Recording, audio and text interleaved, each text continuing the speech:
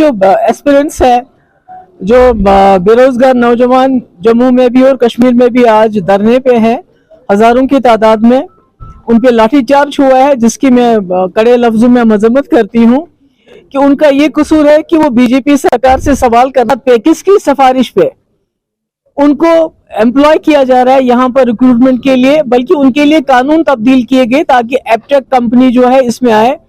तो यही सवाल पूछने के लिए आज वो हजारों की तादाद में जम्मू में भी और श्रीनगर में भी सड़कों पे निकले हैं। उन पे लाठीचार्ज हो गया, उनको डिटेन किया गया। मैं गवर्नर साहब से कि बहुत ही बड़े पैमाने पे, बहुत ही बड़ी पोजीशन पे जो यहाँ अफसर रहे हैं, जिन्होंने जम्मू कश्मीर को टुकड़े करने में अपना हिस्सा कलीदी रोल अदा किया, वही अफसर इसमें भी इन्वॉल्व है, जिन्होंने एपटेक जैसी बदनाम ब्लैकलिस्टेड कंपनी को यहाँ के नौजवानों के मुस्तकबिल के साथ खिलवाड़ करने के लिए यहाँ लाया। नौजवान दिन रात मेहनत करते हैं, इम्तिहान देते हैं और उसके बाद पता चलता है कि एपटेक की रिक्रूटमेंट में धांधली हो गई और एग्जामिनेशन सारे पेपर कैंसिल किए जाते हैं और नौजवानों को फिर जीरो से शुरू करना पड़ता है।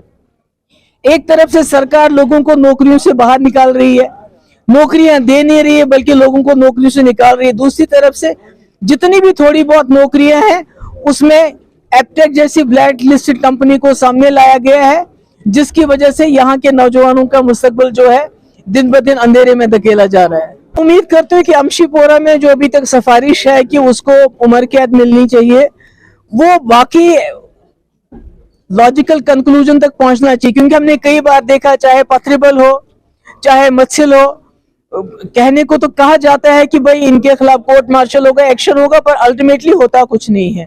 मैं उम्मीद करती हूँ कि इस बार जिस दरिंदगी से उस अफसर ने 3 निहत्ते बेकसूर मजदूरों को मौत के घाट उतारा है, उसको उनको इंसाफ मिलेगा। और साथ ही खुद गवर्नर साहब ने वहां जाके राजौरी जाके कमिटमेंट की है उनके घर वालों के साथ कि उनके घर के फर्द को नौकरी मिलेगी और जितना भी थोड़ा बहुत पैसा दिया गया है वो उनको ये केस लड़ने में सारा खर्च कर दिया उन फैमिलीज का। उनके पास कोई वसीला नहीं, कोई चारा नहीं है। इसलिए मेरी गवर्नर साहब से ये भी डिमांड है कि उन घर वालों को नौकरी मिलनी चाहिए। और जहां तक कुनन पोशपोरा का सवाल है, वो भी एक निहत्ता मजदूर पेशा नौजवान था जिसकी लाश 2.5 महीने के बाद मिली। आर्मी की कस्टडी में था, वहां से उसको गायब किया गया और उसके बाद उसकी लाश मिली। उसके घर वाले भी बहुत गरीब है।